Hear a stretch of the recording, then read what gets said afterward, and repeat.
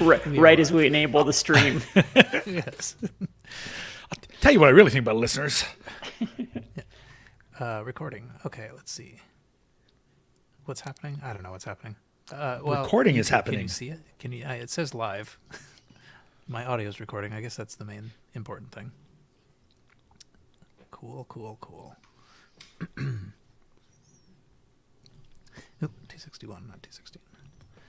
All right, are we ready? We're ready as we're going to get. I think that is Yes. probably correct. It's November 20th, 2022, and welcome to episode 261 of the Retrocomputing Roundtable.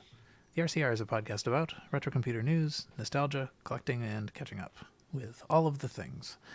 I'm Paul Hagstrom, near Boston. I am joined today by two retrocomputing enthusiasts, the first of whom on my screen is Carrington Vanston in Toronto. How are you? I am fine. I am also relatively near Boston. Like, depending on what you compare it against. That's true. Jupiter. Compared to Jupiter, I am really close to Boston. That's right. Also joining us is Quinn Dunkey from the wilds of the Northwest. Where are you? For some reason, I can never quite seize this. British Columbian woods. The wilds of British Columbia, but you can just say British Columbia if you don't want to, get all fancy. It's mostly wilds. Yeah. Yeah, it's all wilds up here. Okay. There's Vancouver, and then it's just there be dragons. There's Vancouver and crazy mountain people. Guess which one Quinn is? Yes. Whole sections of it are just unmapped. We don't know. It's trees and stuff.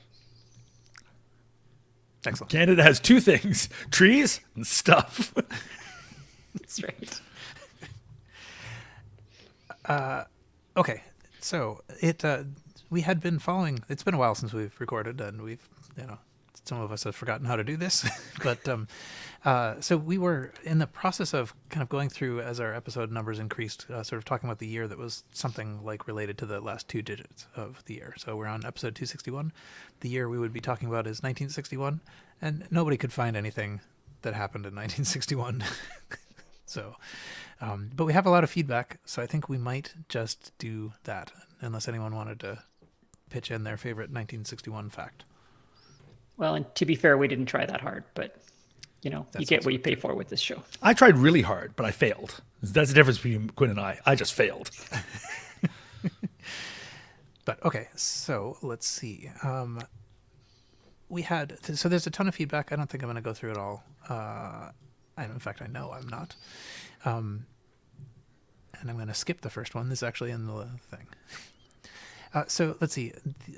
We had on the Facebook page, a number of people have posted the YouTube videos of various interesting things, and so Stefan posted something on our Facebook page that is somebody made a neural net on a Commodore 64, which is pretty crazy. And let's see if I can actually bring that up. Here we go. Okay.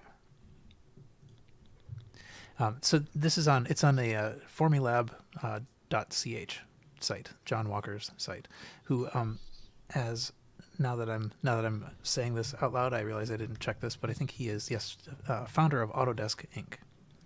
and co-author of AutoCAD. So wow, those are some credentials. Some street cred. Yeah.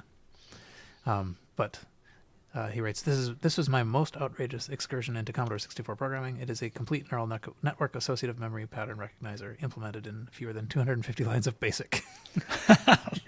It's still running. That's awesome. But yeah, no, it was an interesting thing, and I led off by saying all these people posted YouTube links, and then this one isn't a YouTube link, but at any rate, we've gotten a fair amount of sort of interesting activity on the Facebook group. So, Facebook being the only the third worst social network now. It's hard to keep track. Well, soon it might be promoted to second worst again, just by everyone moving up a slot when one of them goes away. So to speak. Right. But anyway, so if you're interested, it's bonkers to me that somebody could do any form of neural network on any vintage computer, C64 or otherwise. Like, that's just doesn't seem okay. See, I was actually going to just say the opposite. Really? I think, so of course, this is awesome. The example there. Wait, do you have 26 points to make? This is awesome. Yeah. No, it's just reverse Canadian. It's like, this is awesome. Eh? Two, no, I don't. Now, so Roman numeral 3. What I was going to say was that first of all, on the screen here is a recognizing number glyphs, which is really cool. It's a great little test case. But the point I was going to make is that in their most basic form, neural networks are actually really, really simple. Like it's literally just a couple of small matrices of floating point numbers that you multiply the weights together, and the what do they call it? The output neuron is either above 0.5 or below 0.5. So they're actually very, very simple. And with just that, you can do basic things like recognize a pattern of 8 by 8 pixels, for example, and judge whether that pattern is more or less like an apple or more or less like an A or whatever.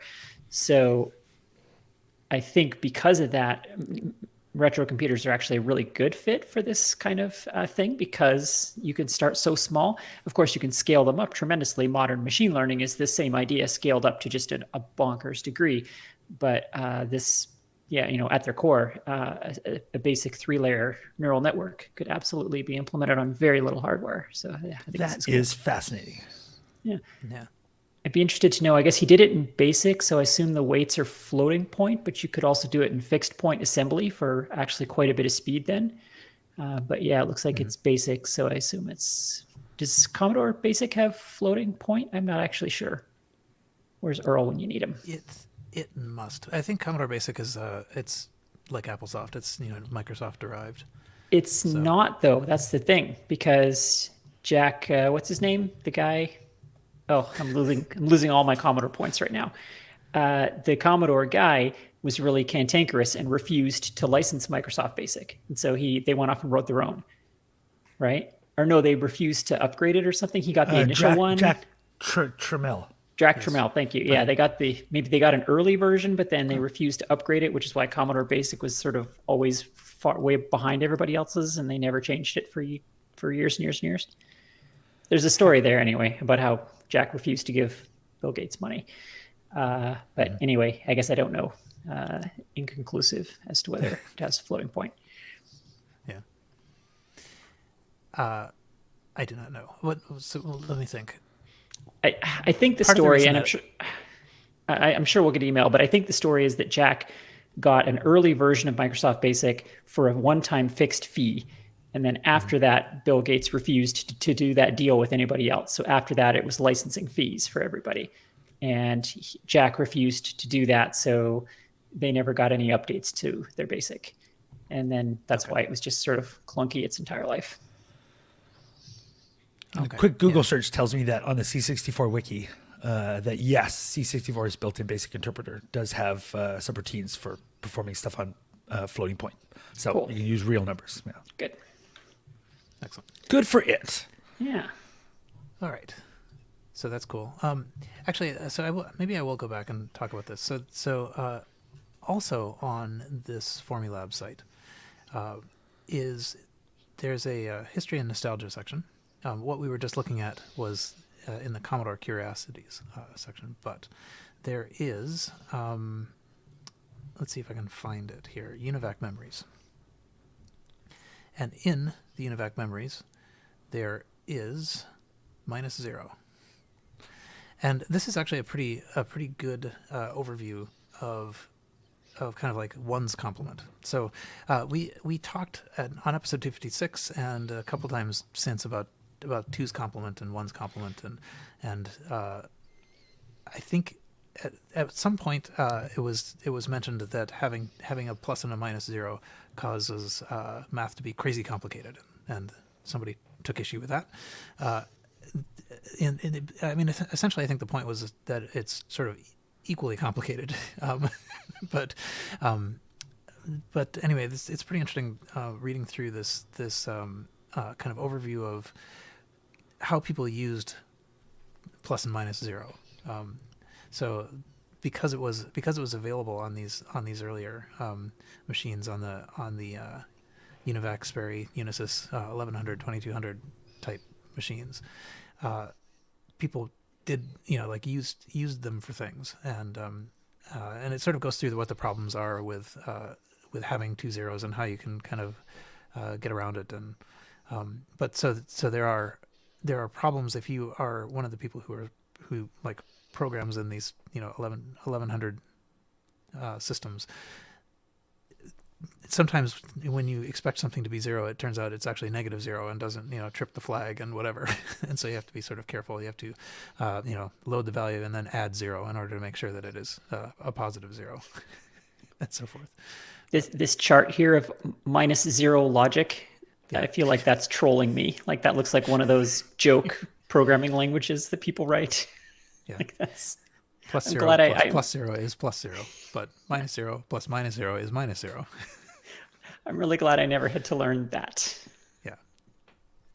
But anyway, so Lewis wrote to talk about that and pointed us to this article. And Garrett also wrote, who had written before about the fast rounds and Univacs, and also gave some, maybe I'll put the links in the show notes, but some links to the 2200 and Ultrasys 2200's architecture and stuff like this. So there's a bunch of stuff there that predates anything I have ever learned. But actually, yeah, Lewis when he wrote actually said sort of encouraged me not to take too seriously this idea that it's big and difficult and old and well beyond anything we knew, because it's actually once you start getting into it, it's a little bit more. It's more familiar than you'd think. So I do still intend to look at that a bit. But anyway, that's another thing that's on formulab.ch. So I think it might actually be interesting to look through this entire site at some time. That -0 page actually looks really cool. That's a strong recommend of a read for anyone who's interested in one's complement and why we didn't end up with it, what the challenges are. Looks really good. Okay, so let's see. We had, let's jump to, I think we talked about this before, so maybe very quickly just talk about, does this seem familiar? It's a BBC archive video that's sort of behind the scenes at Infocom in 1985. So it is a 8-minute video that just sort of interviewing people at Infocom as they make text adventures. No, but this is very interesting to me. Yeah, I want to subscribe to your newsletter. Yeah, this is awesome. I've never seen this. Huh. Yeah. I sort of feel like we talked about it before, and yet when I was skimming through the video, it didn't feel familiar. So this Herb posted this on the Facebook page. Yeah, this looks news to me. This is great. Wow, they're showing their QA documentation and stuff. That's really cool.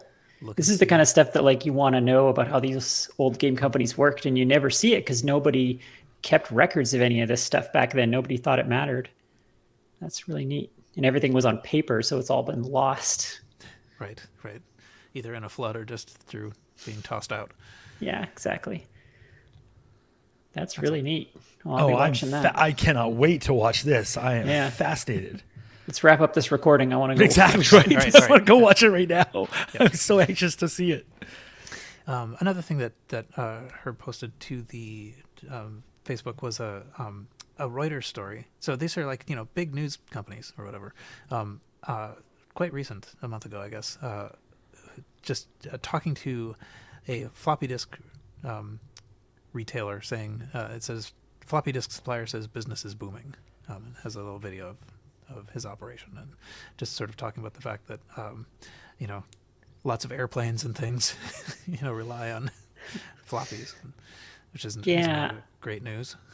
I did see this story. I dug into this a little bit when it first went around, and as far as I could tell, he's just he's getting new old stock and he's collecting. He's sort of absorbing the remaining floppy disk inventory of the world into one place is what he's doing. So there's nobody still making them. He's not manufacturing them. especially the 5 1/4s. I think 3 1/2s, there's probably still somebody making them, but certainly not 5 1/4s or 8-inch. So he's just sort of accumulating remaining stock. But what that means is that, yes, you can get them, but who knows if they're going to work and for how long. I think that's the challenge And here. he is now the official single point of failure for floppy disks. Yes, That's the exactly. first time there's a fire or flood, the world's supply is wiped out. Yeah. I think we've talked a bit before about that infamous Atari guy. There was that guy who bought up the remaining parts and supplies of all Atari 8-bit stuff. And so everybody who wanted anything Atari had to go through this guy, and he was a bit of a soup Nazi. Like if he didn't like you, he'd cut you off. And some of the stories were maybe exaggerated, but anyway, this guy I think is turning into that for floppy disks. He's going to be the sole source of them now because he's cornering the market that remains. It is interesting that anytime a technology reaches end of life, there's always going to be an opportunity for this guy, like Sun Remarketing or whatever, that bought up all the leases, when that was shut down, or, there's always going to be opportunity to be the last one, I think, which is surprisingly lucrative. You can capture, because every technology has a long tail. And if you're the only supplier and thus can capture all of that long tail, it's going to add up. So even if there's only, a couple thousand people on Earth still using whatever 5 1/4s for something important, well, he's going to be the only guy. So that's a real business. Yeah, 5 1/4s in particular are hard to come by. Yeah. Yeah. Yeah, they were on that cusp of not lasting very long and not made very well. Like they were sort of mass produced in a way that 8-inch floppies, I think, last better because they were made a little better and they were lower density, so they were a little more robust. But that and some of the high density 3 1/2s are really bad too. Especially you can go on Amazon right now and buy 3 1/2-inch high density discs, which presumably were made fairly recently, and they're terrible. I've bought a few of them and they go bad in 3 months. So clearly the manufacturing quality has fallen off as demand has dropped. Yeah, I always have that sort of suspicion that there's kind of a middle era. When discs were first made, they were they didn't know how to do it, and then they were made well, and then they were made fast. Yeah, exactly. Yeah, and with the new 3 1/2s that you can buy now, you can really see where they're cutting the corners. The plastic is cheaper and it's thinner. So the new 3 1/2s I bought, they're really quite flexible, and the plastic feels strange. They're using some kind of garbage plastic. They're not the satisfying, chunky, robust 3 1/2s that we remember. They're pretty terrible now. They're made out of recycled McDonald's playgrounds or whatever. Yes, exactly. Which themselves were made of recycled plastic. Yes. Okay, let's see. The next one, Norman posted this on Facebook, pointed this out. This is Lotus 123 for Linux. And it's kind of a funny little tale here. It's Tavis Ormandy, and this is basically just a personal project that this person was obsessed with. It says, I really like Lotus 123, and was basically looking at the problem of getting add-ins for it, and apparently there was a Linux version of Lotus 123 briefly, but it didn't survive. And the only the only way that it was resurrected was through some pirate site or whatever. Anyway, it's I'm not even sure that I completely grasped the whole story, but essentially what ended up happening is the person got this a bunch of teledisk images of Linux Lotus 123, and in it there was a large symbols file, something that would sort of allow linking to modules that were not all flavors of Linux could link to or something, and so it basically just allowed insight into the internal workings of the program to the point where it could be brought up on sort of current Linux and have the plugins work or whatever. So anyway, this is something that basically one person is interested in, but it's fun to see the entire saga. Yeah, I like that he in the intro he says it's an exciting time in the Lotus 123 enthusiast community. Wait, that was a joke. There is no enthusiast community. It's just me. We should clarify a little bit there, because at the top you said that there was briefly a version of 123 for Linux. That's technically not true. Yeah, looks like there was a System 5 version, and he's porting the System 5 version to Linux, which is a horrible bastard love child of 10 different Linuxes, or of 10 different Unices. Yep. And yes, I'll say it again, Linux ruined Unix. But this is pretty cool. Yes, sorry. That actually makes a lot more sense too of what the project was, because then it really is a port from something to something. Yeah. Well, and I was struggling there because I was like, wait, did 123 last long enough to overlap with Linux? Because Linux is pretty new and this is pretty old. But System 5 makes sense, so I could see why they took a brief shot at putting it out on that market. Yeah. Okay, so now the time has finally come where we can talk about the Commodorian. This thing is amazing. It really is amazing. Yeah, several people wrote into us about this. So you've seen it? Yeah. Oh yeah, this went wide. Yeah.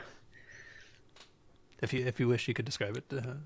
Yeah, so he's an accordion enthusiast and a retrocomputing hobbyist, which is a delightful Venn diagram overlap. And so he created an accordion with 2 Commodore 64s. Now, what's amazing about this is that it's the real deal. So it's using air pressure like an accordion to control volume, and it's generating the sound with the SID chips in the Commodore. This is not some cheap stunt. So the way it works is he has an air pressure sensor inside the bellows that controls the volume on the SID chips. And so it plays and acts just like a real accordion, and the sound is legit being generated by the SID chips. And not only that, so you build this crazy contraption, but if you look at it, it's extremely difficult to play because it's like unwieldy, and you've got a full keyboard under both hands because there's a Commodore on either side of the bellows. So then he taught himself to play this monstrosity, and he plays it extremely well, and it looks extremely difficult to play. And so he spent time doing that. And then, of course, the pièce de résistance is that the bellows are actually made of floppy disks that he cut up and made into an accordion. So it's hard to think of any way you might improve this. Honestly, it's pretty amazing. Yeah, it is. And it's worth watching the video to see him play it, because it's actually pretty good, and he's quite good at playing it. So it's so much more than the cheap stunt that you suspect it might be at first glance. Yeah, and it's so the way the air, if I understood it right, the way the air works is that he's got a little, like a microphone in there that's sensing wind going by it. Yes, yeah, that's right, yeah. And he has an envelope follower, and so like the more wind, the more amplitude, the louder the volume gets turned up. Yeah, it's so good. It's just attention to detail. He really tried to do it legitimately and not just because anybody could have taken a couple of empty shells and thrown an Arduino in there, and the bellows wouldn't do anything. They'd just be for looks or whatever. But no, it's using the real equipment start to finish. Yeah. And it's set up so that like on one side it's playing notes, and on the other side it plays chords, or it does rhythm. Yeah. And he's using a lot of keys on both sides. Like it's very impressive to watch him play this thing. Yeah. I can imagine that took some practice, and it's got to be heavy too, because the insides of it, there's a lot of wood in it. He's used a lot of lumber in the construction of it, so the thing must be heavy. Yeah, he did comment on that, actually. It's that's one of the downsides. Yeah, I love it. It's kind of, I'm sure many people have seen Jerry Ellsworth's guitar that she made out of a Commodore. Mm-hmm. Also similar in that it was legit. It used the SID to produce the sound and everything. So this is kind of like I feel like a spiritual successor to that, if you will. There's soon going to be a whole band. We got to get those two together. Seriously. Yeah. There's a polka waiting to happen here. Yep. They're going to open for Weird Al. Yeah, right. Am I sure? This guy also he has a good he has a way with the names. He had a prior / related project called the 64gun. That is a great name. Yeah. I'm starting to suspect he comes up with funny portmanteaus of Commodore 64 first, and then figures out what project could have that name. Right. Either way, I support it, but it's pretty excellent. Let's see. So much feedback. Thank you, everybody, for all the feedback. We got, let's see. So we got tweeted at by Compiler Explorer. I don't know. Wait, is Twitter still a thing? It is, well, at least at time of recording. When was this recorded? May not be that long. I wonder if it'll still be a thing when this show comes out. It'll be pretty funny if this bridges that gap. But yeah, so Compiler Explorer, the interesting thing that, the reason we were tagged in the tweet was that the Z88DK C compiler was added, and JS Specky for ZX Spectrum emulation and Miracle for Sega Master System emulation was added. I don't know that much about this, but it looks like one of kind of a genre of sort of browser-based IDEs where you put in code and it will compile it and then run it through a emulator. So this I think, which one is this? I think if I refresh, I think it will. Yes, there's I can click here to emulate, and it will pop up an emulator and run the thing, and so it's kind of cool if you actually want to do some in-browser retro development. So it's sort of compiling real time as you type code in the left half, and then showing you what it compiles to in the right half, and then you can then run that code. Is that what it's doing? Seems like it. I mean, I think it's I don't think it's kind of like going as you type. Exactly. Oh, okay. I was thinking it was like an interactive compiler of sorts, just based on the name, perhaps. It might be. It might be. I don't know. Okay. I also don't know how to play this game. Because that first view you showed had C code on one side and then the compiled assembly version on the other. So I wondered if it was doing that kind of real-timey, which I suppose nowadays we have the power to do. So that would be neat if you were wanting to learn about how compilers work. Maybe it is. Maybe it is. I don't know. And I think this. So I think this actually does, more modern things. I think this is a sort of a modern IDE, but a couple of retro things have been put in it. Cool. So, anyway, it's one of these things that I would kind of like to play with. And the nice thing about this is that you don't have to install something. You just go to the webpage, and it is possible to somehow link to data that's there somewhere. I mean, I don't know where it's stored exactly, but these browser-based IDEs have really gotten quite impressive. The only thing keeping me from using them is that you have to have an internet connection then, and so that rules out working on airplanes and some other scenarios like that. But yeah, when a lot of us do most of our retro stuff. Yeah, frankly, yeah, because it's nice to have that to work on when you have no other thing that you can do, since everything else requires internet. But these things are really cool. I mean, it is nice to have. It's nice how integrated they are, like from line of code to fully running emulator, especially the Commodore ones. Like some of the C64 ones that they have are really amazing. And that the emulator is going to work properly with the code that you wrote, because the same person kind of integrated all of it together.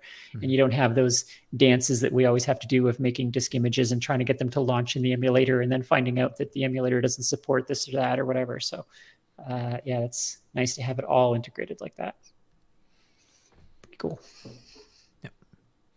Okay. Feedback continues. Let's see, who's this? This was Tony. Tony emailed us to tell us about, where is it? The Computer History Museum's list of upcoming source code releases. So in December, we will have Adobe PostScript. And in January, we will have the Lisa source code. I guess it's coinciding with the 40th birthday. I guess that's right. Yeah, right. 1983, 2023. March we'll have the Alto.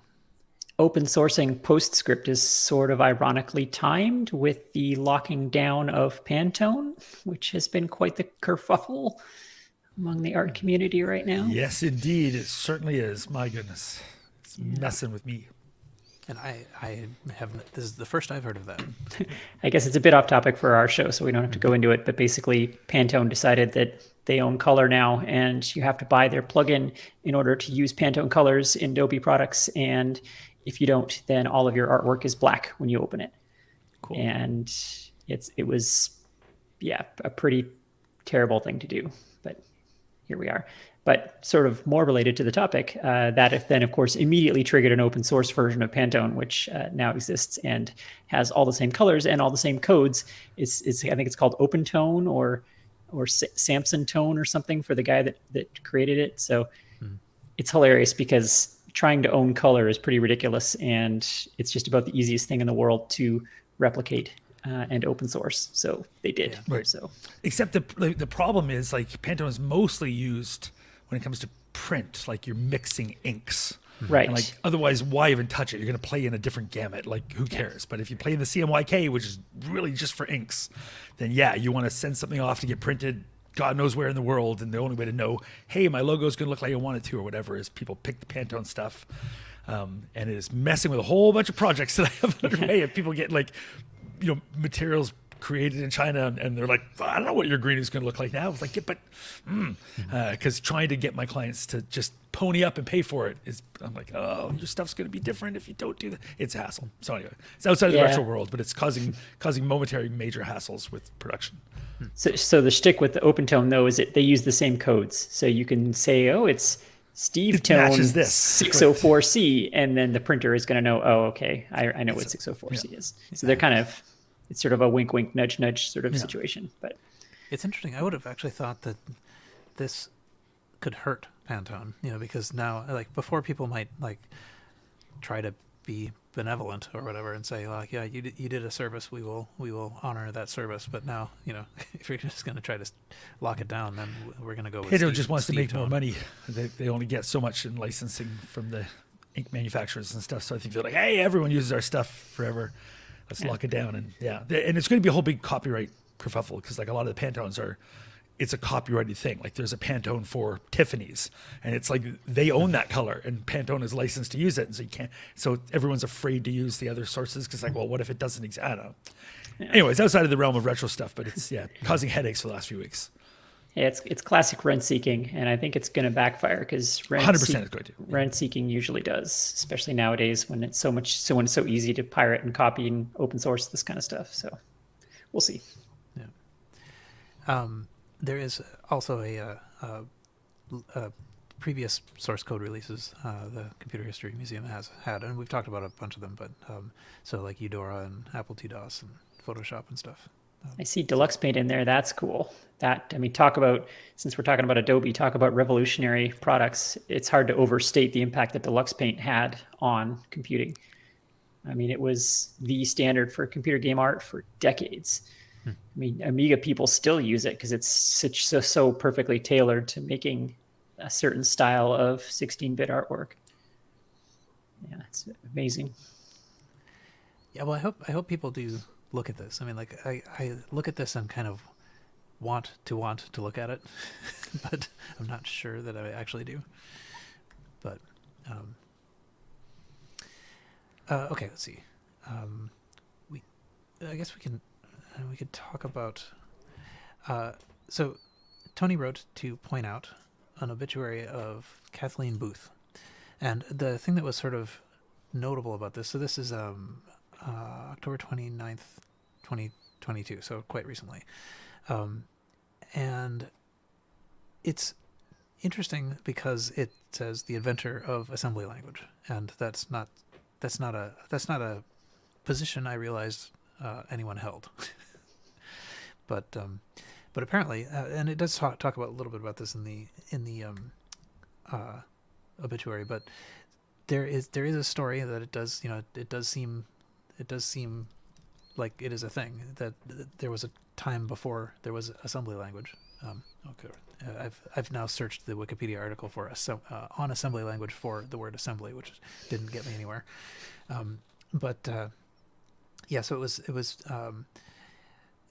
so she and her husband were working on the ARC, which was the automatic relay calculator, and the code that they used basically, I guess it's sort of like preprocessed code is essentially the beginning of assembly language. So that's really cool. I didn't know that had an inventor either. No, and now that I think about it, I guess somebody had to come up with it, but it never occurred to me to think about that. Yeah, somebody had to be the first to come up with a set of mnemonics that translated one-to-one into machine code. Like that's sort of the first logical step to abstract machine code into something that is, you have some hope of writing as a human being. Yeah. That's really neat. Okay, 2 more. And then we'll consider the 1961 topic over. Okay, so this one. So I don't know too much about it, but Lane Nooney has a book coming out, and it is coming out in May, and it is called The Apple II Age: How the Computer Became Personal. Do you guys know anything about this? I know there's an overview here. Yes, I'm a huge fan of her, and I became a fan of her because of Quinn's interview, basically, on another show, which introduced me to this wonderful, amazing, brilliant person who I've followed ever since. I did not know she was writing this book, though. That's awesome. Yeah, and apparently it's still in the proof stage, so it'll be a little while. Okay. Okay. May 8th, 2023. Okay. Right. But 352 pages, it says. Yeah, she's been talking about it on a bit on Twitter, so every once in a while, and like when it hits different milestones and things. So I've been quite excited about it. I'm sorry, talking about it on what? Oh yes, exactly. There used to be this thing called the internet, and a bunch of billionaires came and ruined everything. Yeah, that's awesome. Yeah, the quick backstory is that we interviewed her on Open Apple about various things, but the funnest part for me of the conversation was the talk about printer stands and how printer stands are the canonical example of furniture that had to be invented for personal computers, and also the conversation about where in your house the personal computer should go, because nobody knew. It was an entirely new category of appliance that hadn't happened to households in. And that whole idea decades. Never occurred to me until that interview when she started talking about it. And I've never stopped thinking about it. This idea is like, where does it go? And how does it affect? Like, oh my goodness. It's just absolutely fascinating interview. Yeah. My brain exploded when she said that. Cause it's like, oh wow. Cause then you think back at your own history and it's like, oh yeah, when we got our Apple II Plus, we put it in like 8 different places in the house because we didn't know where to put it either. Like we had it by the TV for a while, but then you're in the way of the TV when you're using it. We had it at the back of the room, but you can't see the TV. You got to turn around. So then we had it in the kitchen for a while, but it was in the way. So it was in the basement for a while, but then it was too hard to get down there and use it. And so like most of us, it ended up in my bedroom, but we spent a long time literally moving it around the house, trying to figure out where to put this thing, and then buying weird like end tables and things to try and figure out what kind of furniture to put this thing on. Because at the time, putting it on a desk didn't seem right, and desks were too high because they were made for writing, and so the height wasn't correct for typing, and there was no place to put the monitor, so you needed to, whole thing. It was fascinating. Yep. And so I guess the story here is it's about the Apple II and its most compelling story. I'm reading the overview. Its most compelling story isn't found in the feat of its engineering, the personalities of Apple's founders, or the way it set the stage for the future. It's what made the Apple II iconic was its software. In software, we discover the material reasons people bought computers: not to hack but to play, not to code but to calculate, not to program but to print. So anyway, yes, I'm looking forward to seeing how that turns out, but I'm optimistic that it will be great. This is exciting. Okay, last thing, which is I guess we'll put a link to Lane's webpage as well. But so the last thing is this was Tony sent this over email, and it's getting teletext running on a BBC Micro. It's a video by Matthew North Music, and it's a pretty interesting sort of process. So the point was to take an actual BBC Micro and feed it. Okay, well now we'll watch some insurance ads. Okay, maybe I'll just take the ads off the screen. the story was basically though that he wanted to try to bring teletext back onto an actual BBC micro, and so he did some experiments that were reading enough of a tape. So if we talked, I think, a little bit about how this worked, but there's like some sort of sub signal or super signal or side signal that carried the text, and it came in a stream. So there was, you could say, I want to look at page 240 or whatever, and it would just wait until you got to page 240 in the stream and then put that on the screen. And he had some old hardware that would do that, and spent a little while trying to fiddle with this device to try to get it from a recorded tape, from the back in someday, onto the screen. I don't know if he succeeded in that exactly, but he did connect up with a kind of like a modern recreation of this stream, that would sort of take current news and package it up in this CFAX way to send it over teletext, and so he actually got it working. And he at the end of the video, he's talking about how he didn't actually think this was going to work, and he's very pleased with it. And so, I like this. I like combining multiple weird old technologies. Yeah, I would kind of like to try this. I never existed at the same time as a teletext television, but yeah, it is kind of neat. I remember you would have been alive when this was around. I remember being in England. And it was the CFAX stuff. Well, we had some version of it in Canada as well at one point, because I remember hearing that it existed. We never owned a TV that supported it, but I remember hearing that it did exist. It didn't get nearly the use here that it did in places like France and Britain, but there was definitely like a stock ticker or whatever that you could get if your TV supported it. Yeah. All right. Cool. Now I guess we can move from the feedback to the very distinct items of interest in news, where Carrington will start us off. Very, very distinct. So the first one I have is a neat thing, showing it on screen, so it's not that interesting to look at since it's something on GitHub. So hey, look, it's GitHub. But the thing itself is kind of cool. So this is a Mastodon client. We've been talking about Twitter and its impending doom and the nonsense going on there. So a lot of people are jumping ship to other things, including Mastodon. And Mastodon has now come to the IBM PC. So a lot of people are running, Mastodon clients on PCs, but this is for, MS-DOS. So it's an MS-DOS client for Mastodon. It requires you to have either a virtual machine or original hardware with some sort of network connection. So you can go and do Mastodoning, or whatever the verb is going to be for Mastodon. What I found particularly interesting about this, this is cool. It's neat that there's a Mastodon thing. MS-DOS Mastodon client. That itself, neat, we're talking about. But the line that caught me was this. It's called Dostodon, because of course it is. Dostodon is implemented in JavaScript.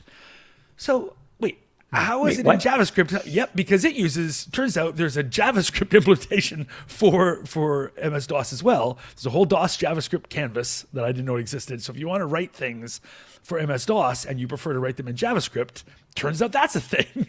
So that's a thing that already existed. Didn't know about that either.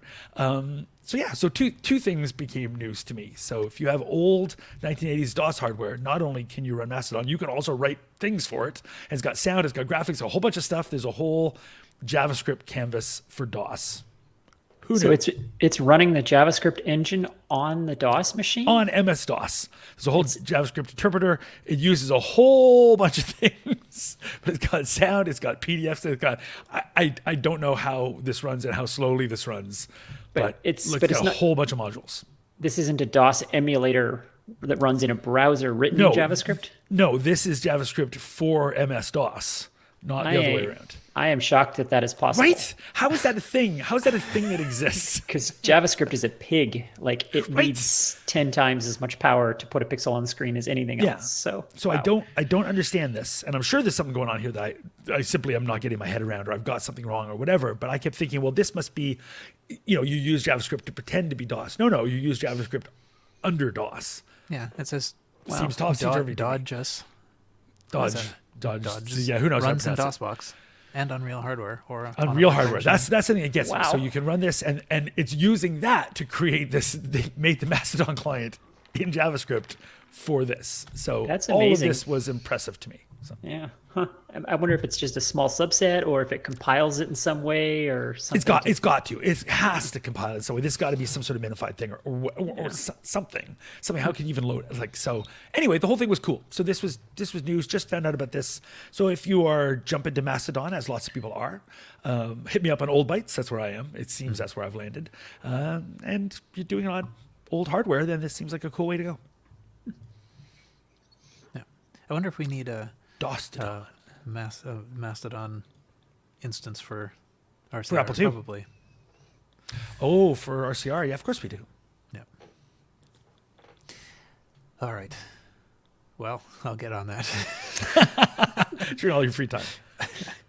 I am not on Mastodon. I don't understand it, I'm afraid. As soon as I found out the first question you have to ask is which server should I join, I was like, oh, all right, I'm out. I'm too old I had to a learn lot of new trouble thing. with it, and somebody finally explained to me in a way that I get it, that made it really obvious and easy for me. Think of it like email. Your email is hosted wherever. So you are Quinn at wherever.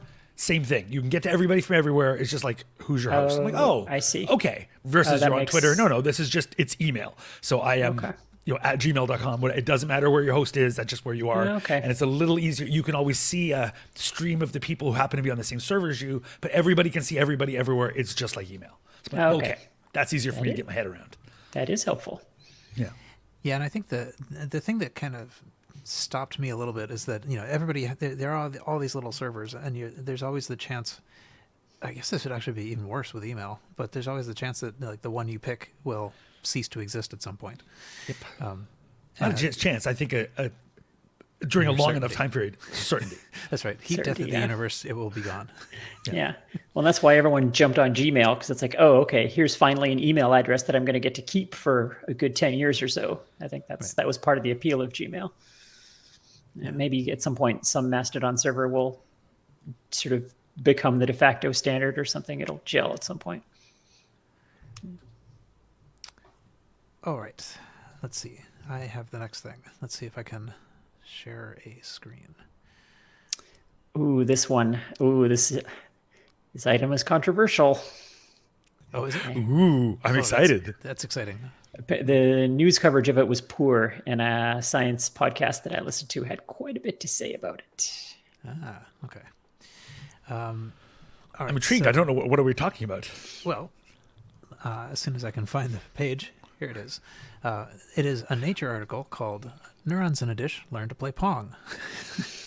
I've been called worse. So the story. Here's a nice picture though of people playing Pong in the 70s. Not unclear exactly how at least one of the players is actually succeeding at this while not looking at the screen, but I guess he is losing. So maybe that has something to do with why. But yeah, so what the story is that they took some. It's a proof of concept. What is this? Cortical Labs in Melbourne, Australia, has taken some neurons, put them in a dish, sort of fed them with inputs that would correspond to seeing what's going on the Pong screen. So it allows the neurons to set the position of the paddle, and it lets it see the ball through like lighting up a kind of a sequence of neurons. And the point is essentially to like create a little biological processing unit and cause it to play Pong. That's almost as much as I know, except that it ends saying, in the meantime, the decision to embody dish brain, as they call it, activity as the game Pong was a masterstroke. People interested in AI are very keen on anything that can play Pong. I can't get past Dish Brain. New nickname. Can I change my name here in this thing? I want to change. I want to be Dish Brain. All right. So what is the counter take? Yeah, so unfortunately, it was a while ago that I heard this countertake. So what we can maybe do is link to the particular episode of the Skeptic's Guide to the Universe, where Dr. Stephen Novella talks about this article and how poor the reporting on it has been. So yeah, what you said is basically what all of the press is saying about it, and that's basically entirely wrong. What's Awesome. What's happening is really First of all, they're playing Quake. Yeah. Well, exactly. yeah, I was thinking that Doom seems to be the thing that you really want. Right?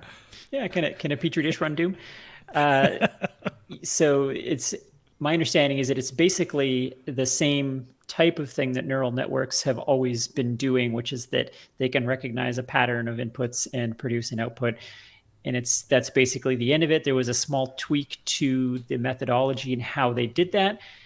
And then somehow Pong got wrapped up into it. And then this whole metaphor got applied to it, and the mainstream press ran away with it, and the whole story just got butchered. So, but yeah, the details are important here, and I will butcher them myself if I attempt them. So instead, we can link people to the Skeptic's Guide to the Universe, where they clarified exactly what happened here. Okay, cool.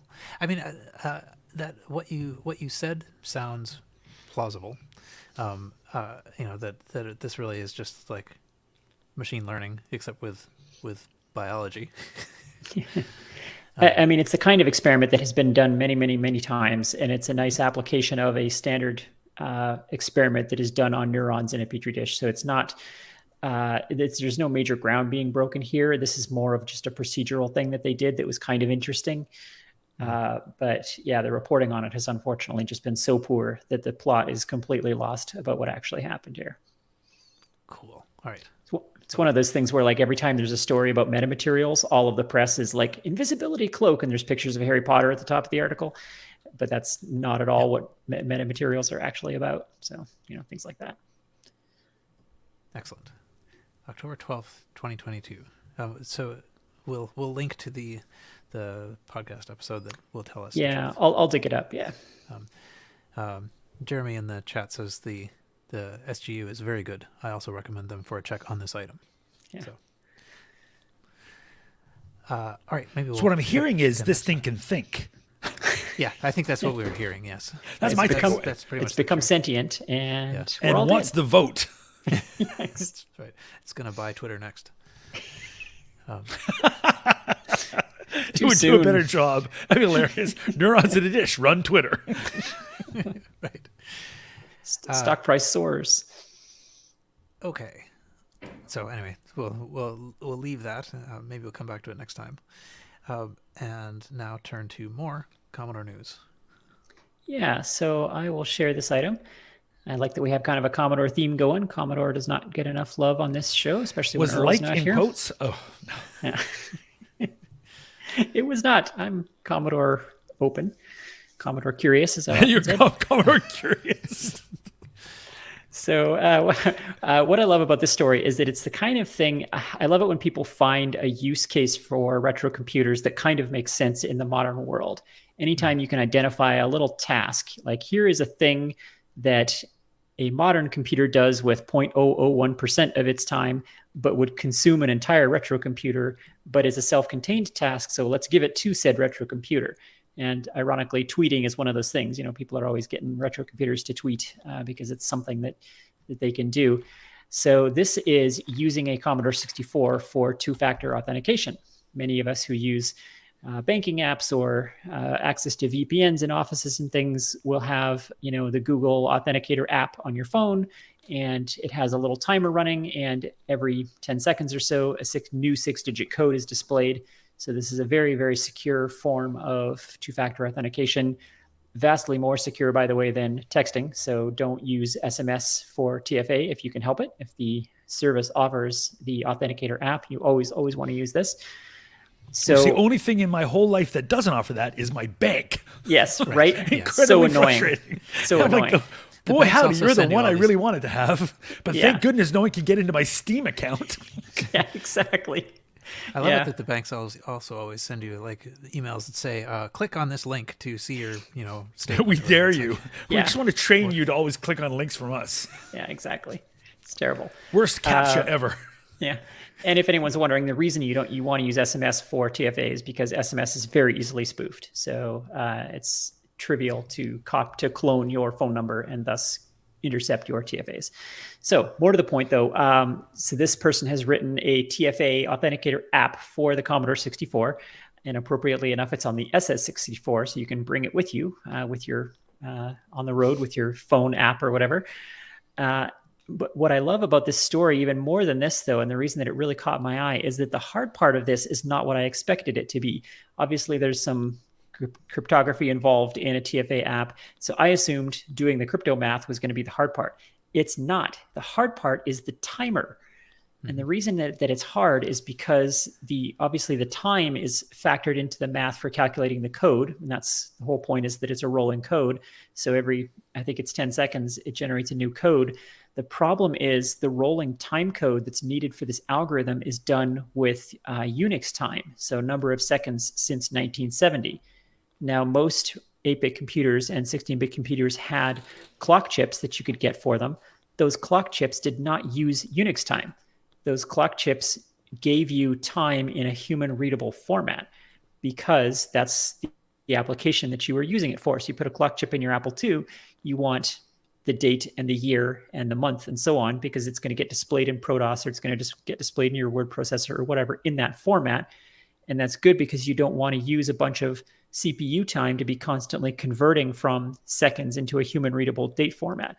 Anyone who's written date code on a modern application knows it's actually a pretty terrible thing to try and calculate what the actual day of the week is from, seconds since 1970. It's a pretty terrible calculation. You got to account for leap years and daylight savings time and all this madness. It's difficult. So the clock chips back in the day just gave you the time in a human readable format straight out of the hardware. But what that means is that this TFA app, which requires Unix time, has to convert back from a human readable modern date format to seconds since 1970. So that turned out to be extremely difficult and time consuming. And that's the hard part of this. So I thought that whole story was really, really interesting because of that. And it makes you appreciate what we have today with basically infinite software horsepower to do this kind of stuff.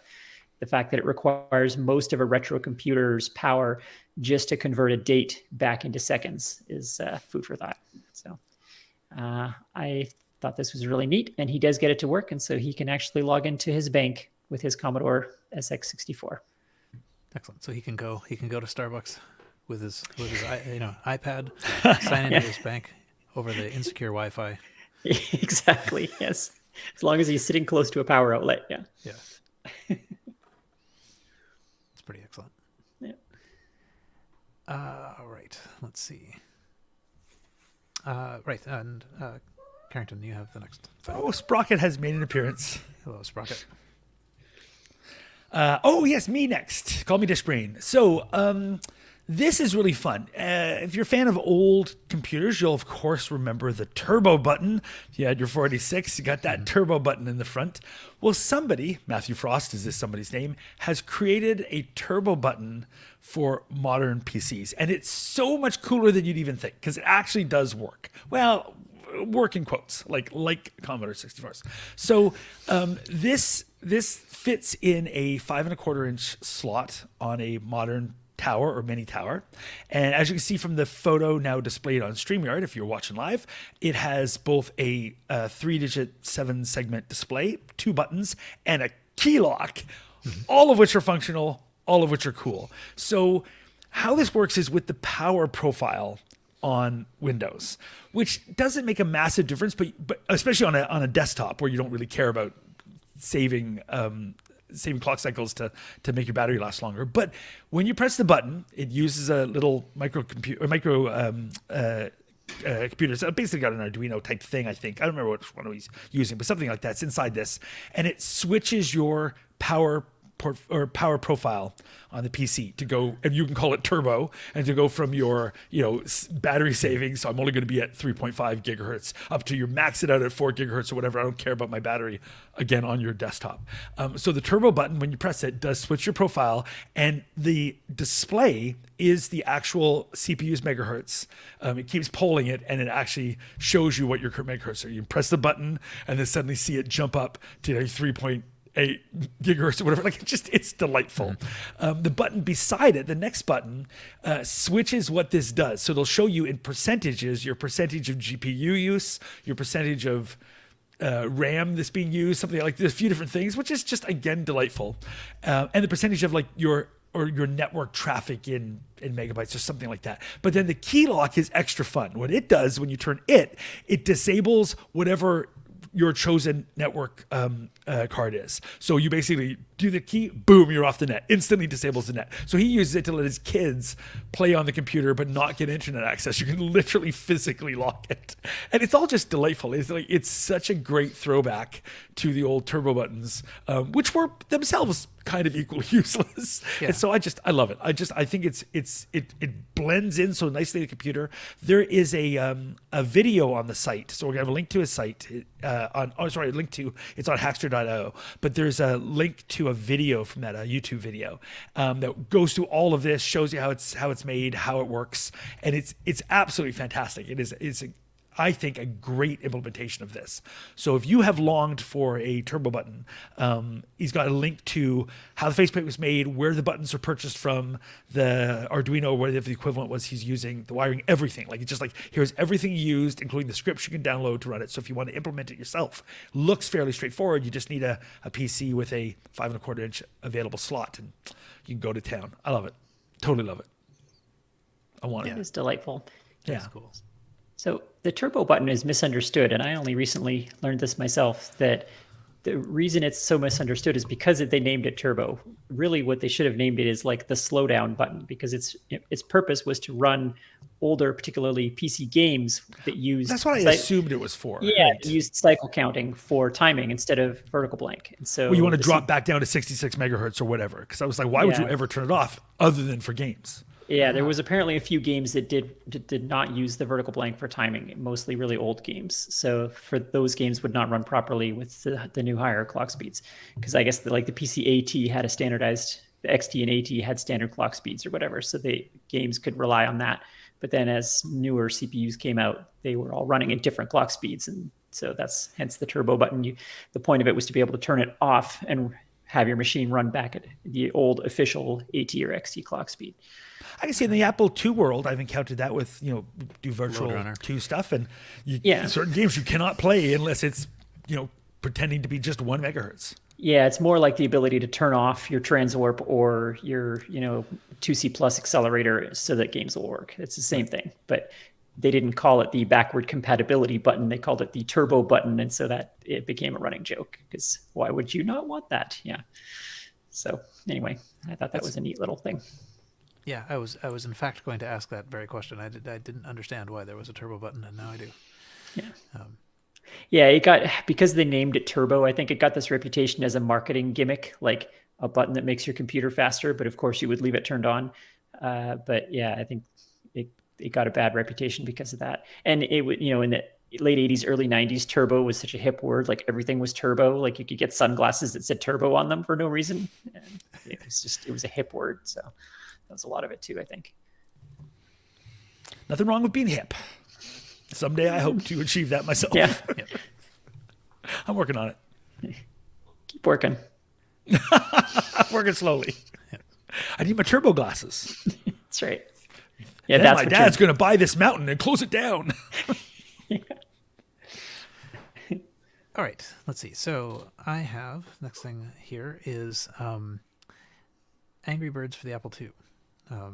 This is, I think, so I'm not quite exactly sure what the status of this is. I think people have actually started receiving it, in fact. So I thought it was still just being beta tested, but at any rate, this is Mark Gollenbeck. And there's a Facebook group called Call-151 that on which a lot of the development information is being posted. So you can sort of see how this was progressing. But it is, I don't know, it's the kind of thing that you could do on an old Apple type computer. It's not a very sophisticated game, but it looks great. Actually, the music sounds fantastic because it's going through a Mockingbird, and that's one of when I played a little demo of it. Bird. But Garone. I guess that one was hanging out there. Someone had to take a swing at it. That's right. I'm not sure that advanced you toward hipness, but I'm never sure what's going to advance me towards hipness. Yeah. Just throw everything out there. But anyway, so this is it's I think it's written I think it's double high res, and it's Double low res, you mean? double low res. That's what I meant. Yes, in my head I had that right. Yes, it's definitely It's nothing res like high complement. res. Yeah, but it looks great. And I'm kind of looking forward to playing it. Although, I sort of I didn't quite get into the Angry Birds craze. You know, I played it a little bit and then somehow it stops being interesting. But maybe in this incarnation it will be more interesting, just because it's running on retro hardware. I'll be curious to see how he does the physics, because that was the killer feature of Angry Birds. The reason it was so interesting is because the structures that you're shooting the birds at had a real 2D physics simulation on them, so they collapsed and fell apart in really interesting ways. And they had a lot of the puzzles were based around the physics of how things were going to fall, and that was fairly novel at the time to do that. So with that would be very difficult to do on an Apple II. Like the horsepower required for a proper physics simulation is not there. So he'll have to fake that in some interesting way, I'm sure. Yeah. Maybe it's available in JavaScript for MS-DOS. That apparently can do everything. Apparently. Yeah. Anyway, so there's a little write up on Vintage is the New Old, and again, a lot of this stuff is happening on the Facebook group. It's not yet on his own webpage. There is an Apple II section, and I would have expected it to be here somewhere. This is the same person who is responsible for Dolores, the double low res graphics library, and so forth. I mean, it's excellent. So it's not coming from a surprising place, I guess, in a sense. But I don't. It doesn't seem like it has an official web presence yet. Maybe it soon will. Looks really cool, though. It looks really well done. Yeah. Anyway, okay, that was all I had. Quinn, you have the next thing. Yeah, so we had a bit of a Commodore 64 theme, and we also have a bit of a PC theme going today, which is nice because I think early PC stuff doesn't get quite enough love here on the show either. So this is being shared not just for the amazing triple stack of cards on display in this image, but what this is doing is this is an emulator board for ISA cards on early PCs. So if you want to play, classic Golden Age MS-DOS games, you need a bunch of ISA cards, right? You need your Sound Blaster, and you need your VGA board, and you need all these different things. You need your game port, and maybe you need a Novell networking card to play your networked games or whatever, right? So all of these ISA boards that don't exist anymore and are not necessarily maybe easy to find. So if you want to run DOS games on real hardware, you might be stuck trying to find all these old boards in order to get the experience that you had. It's not like running old Amiga games where all the hardware is right there already. With old PC games, you have to get all of the hardware that everybody had. So that's what this is solving. And what it is, it's an FPGA that interfaces to a Raspberry Pi. And so the FPGA is handling the ISA traffic for you at the proper speeds, because that would be difficult to do in software. And so it's handling that. And then software running on the Raspberry Pi can then emulate just about any ISA board. So they have a software core that emulates a Sound Blaster or, a game port or a Novell card or whatever. And then the FPGA does the ISA part of it, which, again, the trying to bit bang an ISA protocol fast enough on a Raspberry Pi would be pretty impossible. So that's what the FPGA is doing for you. And that's very cool. It's very cool. It's very clever. It's solving a problem I would not have thought of because I'm not like a hardcore, bare metal DOS gamer. But if you want to play, like on the example shown here, if you want to play Space Quest on an original 386, you're going to have to go dig up all of the cards that would have been in, a high-end 386 at that time to get the full experience. And so this basically solves that problem for you. And it's clever. I really like it. Like he's showing it here running, emulating a DOS mouse and a Roland MT32 soundboard, which, is pretty exotic hardware that would be hard to find now, but is certainly the best experience for playing Space Quest 3 or 4, as he's showing here. So I love this. Real hardware DOS gaming doesn't get as much love, I think, because DOS games are a lot easier to emulate on modern PCs. So that's what people tend to do. But there's nothing like real hardware. And so if you want And to that's do the it, thing with a modern emulator, you can just pick, okay, what cards are in it or whatever. And this gives you that ability, but in real hardware. That's amazing. Exactly. Yeah, you can fire it virtual too and be like, oh, well, I have a mouse card in slot 4 and it'll just emulate that. But yeah, you can't do that on real hardware, obviously. And it's not like, again, like on an Apple II, nobody assumed you had any cards. All of the games ran on bare hardware because that's all most people had. PC games are different. Those DOS games, they assumed all kinds of hardware. They assumed everybody had a sound blaster. They assumed everybody had a game port and everybody had a mouse card and everybody had VGA or Super VGA. So yeah, if you want to go buy, if you go buy an old PC on eBay, it's going to come out of some bank or something, and who knows what cards are in it? Probably nothing. It's probably got Hercules graphics and nothing else in it or something. So now you got to go and on a quest, if you will, to find all of these cards so you can play Space Quest. Yes. So this is a really great solution to a real problem, and I love it. So one thing you were saying that like you need to collect the cards together to do this. Like people assumed you had several cards, and so the first thing I thought is, okay, well, so do you have to get like 3 of these and plug them in? But then is it possible for? I know that on the Apple II, at least I don't think it actually matters what slot things are in. They can just say like, I live in this space, and I respond to these addresses. And I'm wondering if the PC can do a similar thing where you just say, I'm going to plug it into the second slot, but it's going to respond as if I have cards in the first 3. Yeah, so the PC cards were all interrupt driven. So all that mattered was what the IRQ settings on the card were, and that the software was looking for the card on the same interrupt ID. So it didn't matter I don't believe it ever mattered where the cards were physically located in the machine. It only mattered what the IRQ setting was. So the card would have a jumper block on it to set it, the sound card is on IRQ 3, and then you'd have to set that same thing in the software. And sometimes games would assume an IRQ, and sometimes different cards would require an IRQ, and sometimes those IRQs would conflict. So you'd have, a game port and a sound card that both wanted IRQ 3, and so they needed to figure out how to work around that and so on. So that was kind of the quote unquote fun of early DOS gaming.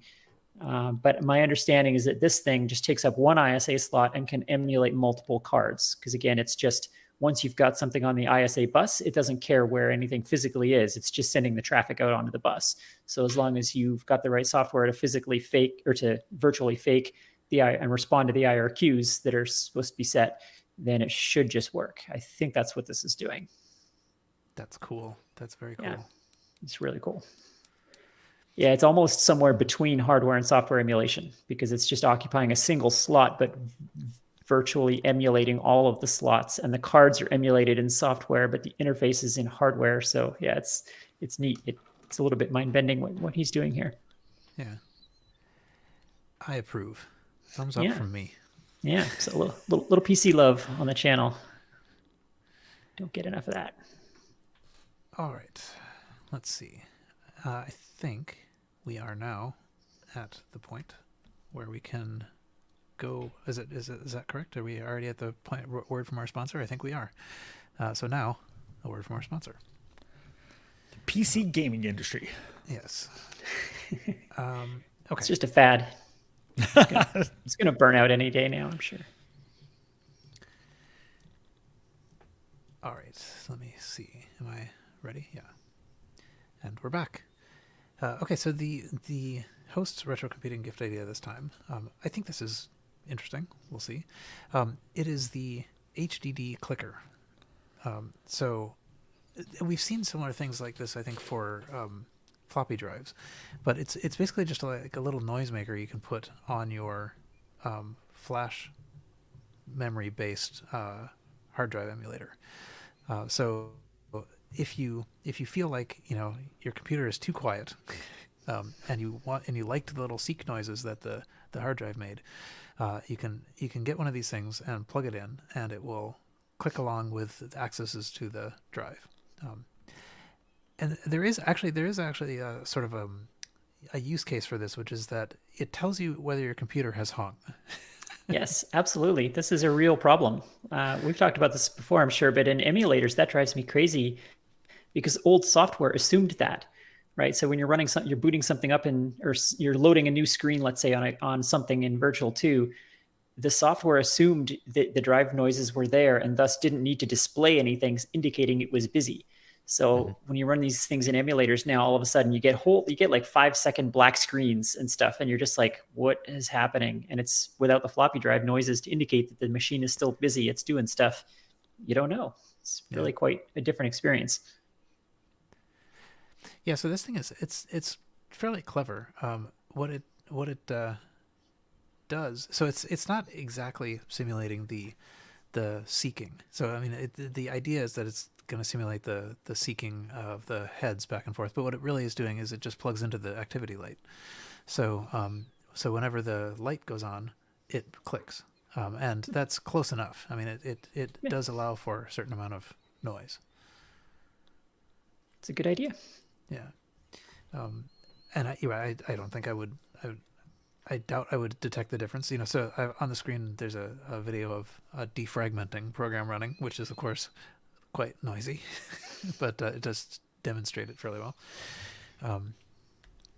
So it is possible to buy. Oops, no, it's not where it is. Here it is. You can buy this at Serta Shop, and I think that, if I'm not mistaken, the design is open source, so the Serta Shop is just making them. You could make them yourself if you wish. But if you wanted to get one pre-made, it is £25. They are in stock. You can choose your options. There's a little case that you can get it in, and I think you can also get it with a sticker on the speaker or not on the speaker, depending on how old of a machine you want it to sound like. That's great. Yeah, because those very good. Those early PC hard drives were loud. Holy cow! Yeah. That's great, though. So, yeah. This is a good idea. I like it because again, if you were like a PC gamer that wanted to play on real hardware, like that's a big part of the experience was those hard drive noises. The hard drive clicking away. Again, especially the older machines. Like I remember the machines we used in high school. We had an Olivetti lab, and we had some older machines, some XTs that had these 5 megabyte drives in the music room. And I mean, those things sounded like someone was like banging on the door, when they were running. Like I want to play. Yeah, they were loud. And that was certainly a big part of the experience of using those machines, is that constant banging and rattling coming from the hard drives. Yeah. Excellent. So, and not too expensive. I mean, it's a little bit, it seems a little trivial, but I think it probably would really actually add to the experience. So, all right. And once you're done, making your hard drives loud again, you can head over to eBay, and Carrington has the first things that he will try. I does have a thing. I'm gonna sell you some stuff, Paul. It's time to sell Paul things. The first thing we're gonna sell you is a set of dice. 3 dice, but they're binary dice.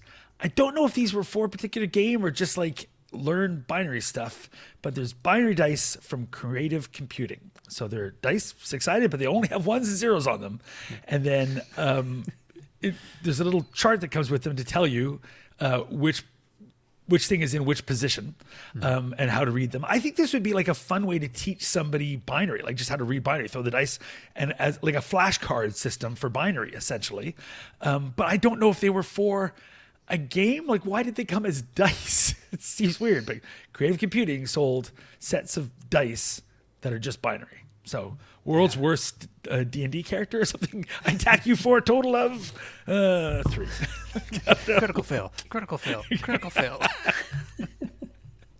So I don't know. They kind of caught my eye because it's dice, red, a green, and a blue. And they're 1s and 0s. That's what it is. And the person is selling a bunch. You can buy them. You can get one set for $25, or you can buy 2 or more. They've got 4 left, but I think it's a relisting, and they originally had a bunch. Mm-hmm. So I think there's a whole bunch of these things available. But for $25, Paul, you can have a lot of critical failures. I wonder, actually, and now that you're saying that, I wonder if I do have them. I count that as already sold it to you. Then I've seen this listing before, and now that I'm looking at it, it occurs to me that like you could simulate this equally well with 3 coins. That's true. Right? But okay, so this is a vintage item. Okay, I wasn't clear on that. This is not a new thing that someone has made. This was something that creative computing made back in the day. Back in the day, right? Yes. So that's neat. For whatever reason, and you could back then get them for $1.25. So they were a great investment for this person who's now selling them for $25. Yeah. That's great. In our computer science undergrad lounge in university, we all played Magic the Gathering, which had just come out at the time, and it was a really big deal. And we used binary to track our life, because they give you 20 of these, little glass beads to count your life. But you can, of course, just use 5 of them if you count in binary by sliding them up and down on the desk. So we used to do that because we were giant nerds and bunch of nerds. Pretty proud of ourselves that we could do that. So anyway, that's my first thing. My first thing that I'm going to attempt to sell Paul. Paul's already bought them. That counts as a win for me. Yeah, I can't remember, but I definitely have seen these before and have investigated whether you can, because it seems like the kind of thing you could. Oh, I wonder if it was like for. I feel like it was maybe for a Kansas Fest swag or something like that. There was some. I feel like I was looking to see if you could buy new ones. Okay. Well, you can. But yeah. new old ones. Yeah. And then the other thing I have is a rare, genuine, I want to come back to that word, Macintosh Extended Keyboard 2 carry bag. Why you would need a separate bag for carrying your keyboard, I don't know. But this is a bag specifically for the Macintosh Extended Keyboard 2, which was a good keyboard. I like the Extended Keyboard.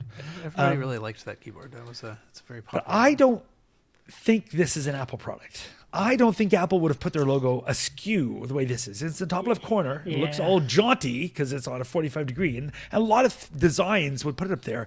But Apple does not rotate their logo. Like, I think ever on any product ever. So I say this is not. And it's placed incorrectly as well. Like, it's not centered in the corner, which, again, Apple would never get that wrong. So it's listed as a genuine thing. And I'm sure it's genuinely a bag, but I don't believe it's a genuine Apple product. Yeah, I wondered about that. I also came across this and I was surprised at the existence of a bag specific to the keyboard. Now, I haven't seen this before. Yeah. Like, so it's, I agree, relatively rare, but it could be like a person made one. Yeah. It's from Australia. Maybe it was from the Australian market. I don't know. Maybe that's not askew in Australia. That's right. Michael here to tell us. Maybe it's actually the bag that's askew. Yeah, it's because the bag is in Australia. So yeah, that makes sense. Logos rotate the opposite direction in that hemisphere. So who knows what's going on? It's the Logiolus effect. Oh, God. So it's a genuine bag. I have my... This I agree with. But it's also odd to have a carry case just for the keyboard. Like, how often do we carry, let me bag up my computer. Let me separately bag up my keyboard. But they are big, and so I have one here on the screen. They are big, and so they're bigger. If you have, it's bigger in a bag though. The bag doesn't make it small. It's not a Doctor Who bag, not a genuine Who thing. Or Mary Poppins or whatever. Yeah, right. But I think it's for the SE30, I have a bag. Because I'm a fancy person that has an SE30. But you're a fancy person for having an SE30 to start with. Yeah. But the keyboard sticks up too high. I mean, like, it's too long for that bag, so it doesn't zip properly when you have this keyboard in it. So I could see, it's everybody loves the keyboard, but it's just a little too big, and so I could see maybe wanting to carry it separately and not have it like bang around in your car or whatever. But it's also it's a desktop keyboard for a desktop computer. How much do you carry this thing around anyway? Yeah. But anyway, this was my second choice because it was interesting. I hadn't seen it before. It's relatively expensive, 100 Australian bucks. So that says it's $66 approximately US. Mm-hmm. I don't think it's a genuine Apple product, but it's got a logo on it. Yeah, maybe that's why it's rare. Maybe it's rare because they got sued for that terrible rendition of their logo. It's a Steve Jobs rejection. It was a prototype. Now it's even more expensive. Yeah. Well, and the stripes aren't the right size. Like, the purple stripe is thinner for some reason. Is that just the photo, or is it? I don't know. It might be just the photo or in real life, or who knows. It might be just because of that fold is in an awkward place there. Maybe it's at a weird angle. But and I get that the colors on something that's like embroidered like this are never going to bang on match. Especially back then, Pantone was difficult. Pantone's still difficult. Just saying.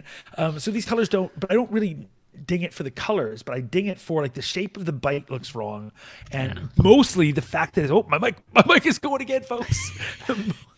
My mic does tend to pop up. Mostly I ding it for the fact that it's on a 45 degree. That seems that's a big red flag for me.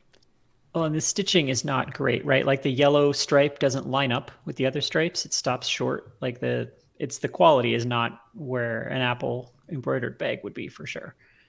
You can, if you look closely at the yellow stripe, it stops short. I suppose that could be where maybe those threads fell out or something, but it just looks a little bit shoddy. Yeah. Or it could have been in those years, between Steve. Maybe this was considered great work for Australia. Michael's not here, so I can say what I want. That's right. Yeah, this could have been a John Scully or who's the other guy that lasted like 3 weeks? Gil Emilio or whatever. Yeah, Emilio. That's right, Gil Emilio. This might have been a him thing. It could be. John Scully, there'd be 15 versions of this bag, all of which with slightly different names. Yeah, exactly. Jeremy in the chat says, I have ones and zeros for birthday candles, and we celebrate people's ages in binary. All candles look like ones. I like that. As long as you have 5 ones and 5 zeros, you're good for most ages. Or you could just do candle, no candle. That's right. You just have to regularly space the candles. You might need a parody candle at the end because it could be a little confusing.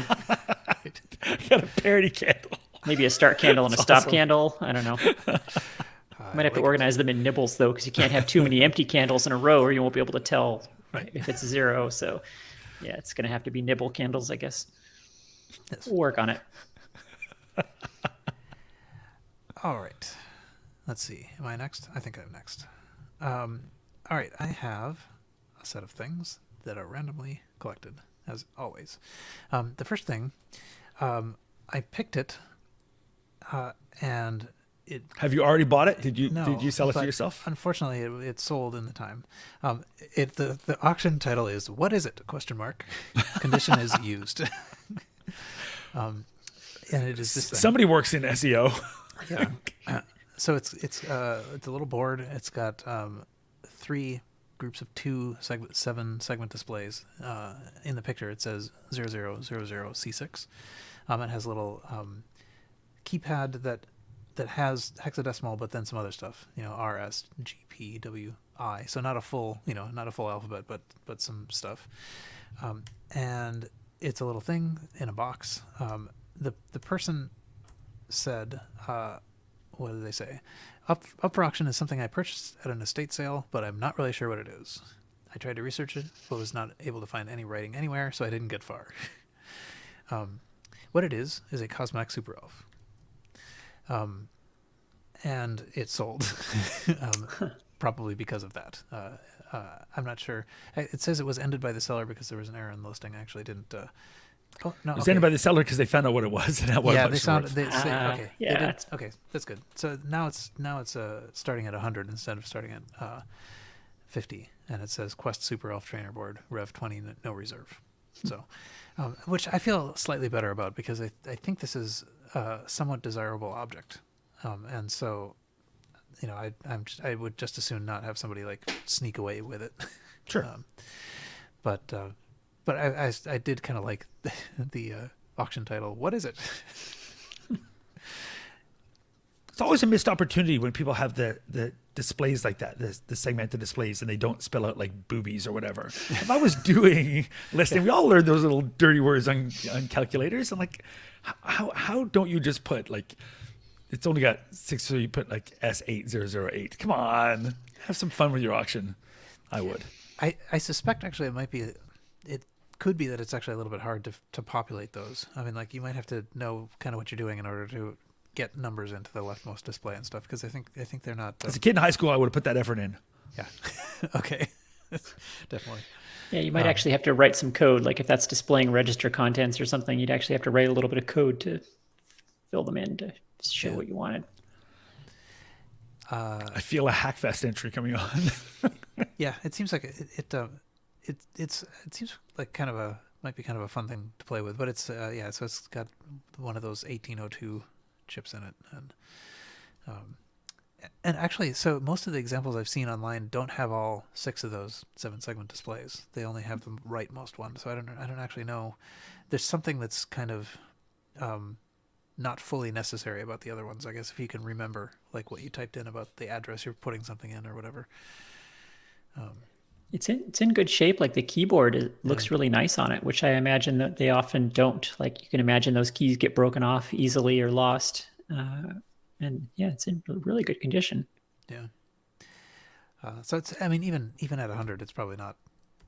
It's not unreasonable. So. It's interesting that it comes in a giant box, which is empty. Like that wooden case, there's the one shot that shows the back of it, and it's just empty underneath. I don't understand why that is built that way. I think I think the box is user added. Oh, okay, I see. So it's just I a see. way to take it up off the desk. So I don't know why. Yeah. So you don't spill hot coffee on it. I'm not sure exactly why you would do that, but that almost looks like a drawer. Actually, someone found a drawer that just happened to be the exact right size, and so they slid the PCB in there. Could be, yeah. Okay, Sorcerer Stan says, somewhat desirable is an understatement. I sold an ELF variant, Netronics ELF 2 recently, and it went for $1,000. This should go for at least $500. Oh, wow. So it's still a steal at 100 then. Yeah. So, excellent. Hopefully somebody gets it who will appreciate it and knows what it is. All right, let's see what else. I don't know why I put this up. This is a Decimal Skills Milton Bradley software. I think actually I put this up because I have it sitting over here and it seemed ridiculous that it was being sold for $200. Because I mean, well, I guess the complaint I have really is that it's not worth $200. It's the only reason that it's being listed for this is that there are people who are trying desperately to archive everything, and this is gouging. So I don't understand what it is though. That's, Decimal Skills software. Okay. Well, Milton Bradley, I guess. Okay. Yeah. So, and here's that setup too with the security monitor. Yes, the famous Apple II setup. Yeah. So this is presumably like converting fractions and other like grade school math types of things related to decimals. Oh yeah, division, mixed numbers, et cetera, et cetera. Yeah, okay. It'd be funny if it only worked on integer basic. Right. I mean, it's in good shape and all, but actually this thing comes with, so you can see little bits of a book in here. Maybe I can grab it at some point, but it comes with like stuff that you're, as a teacher, allowed to photocopy. I mean, like you have sort of explicit permission to run this through your copier. But it actually makes it a little bit hard to scan because I mean, like I have to try to decide, do I tear the thing apart like it's supposed to be so I can scan it? Does anyone care? Is it better if it's intact and just photographed? I don't know. Anyway, but it's a little annoying that stuff like this is listed for so much because the only reason somebody would ever buy this is because they just wanted to preserve everything. So like there's no ignoble goal to buying this. Presumably the person selling it just thinks it's rare and therefore valuable. Yeah. Well, it could be. I mean, I guess that's slightly more noble than just saying, I've noticed that people are buying up all the educational software, so I will price mine super high. Yeah, okay. If they looked at saved listings for this, prices are going up because of people trying to preserve it. That makes sense. Yeah. That is annoying. But don't buy this one because I have one. And I don't remember like where or when I got it, but it wasn't $200. Right. This one I thought was kind of interesting. This is a collection of Newton apps. So Quinn, you struggled along with the Newton for a while, right? I did. I had the original Newton message The year badge. of the Newton, desperate to take her notes. She'll prove everyone wrong. That's right. Carried that thing around in my ski jacket pocket. Terrible. This is an amazing set of software, though. I've never seen this much Newton software in one place.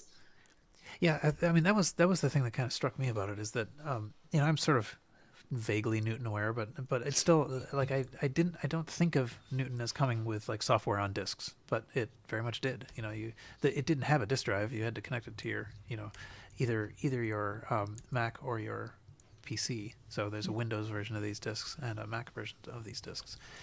But there's also some charting programs and I think one of the things that I thought was most interesting, probably talked about this before, is graffiti. Graffiti was a Newton app. It was the thing that was built into Palm, but Yeah. You could use it on the Newton too. Yeah, it was slightly controversial on the Newton because, of course, graffiti's whole shtick is that you drew those special strokes in a small area at the bottom of the screen, and people felt that it was going to wear out that square inch of your Newton screen. And so there was like pro and anti-graffiti camps on the Newton, people saying, also I think it was just mostly wrapped up in pro and anti-Palm sentiment. Like the Newton diehards didn't like Palm because it was winning, and so they wanted to rail against anything related to Palm, and thus graffiti was considered bad for your Newton screen and you shouldn't use it, blah, blah, blah. But I used it and it was great because the Newton handwriting recognition was terrible. So. Right. Yeah, and it didn't take very long on the Palm to adjust. I mean, like you got used to it pretty quickly. Yeah, and it did work so much better than the Newton one did. This is another case though of I'm kind of amused to see all this packaging because Newton piracy was universal. Like I was not aware of anyone who bought anything on it. There was no copy protection as far as I know. So you just went onto the Newton news group and all of the available software was there. So you just downloaded it and then sideloaded it onto your Newton and that was it. So I think I had most of these, but I certainly did not buy any of them. Excellent. Yeah. Newt case. That I did not have. I don't know what this is. I also do not know. Avail works. Now synchronize. That I had. I had the now synchronize, and I had graffiti. I had the utilities one that was there. This I think I had this. I recognize that expenses one. I didn't use it because I'm not a business person, but I had it because I downloaded all the Newton stuff I could find. Because why wouldn't you? Yeah. Anyway, interesting. It's pricey, but you can make an offer. It's $125 is what they're asking for this set of, I don't know what it is. I mean, it's the official Newton software, and then it's 1, 2, 3, 4, 5, like 8-ish apps.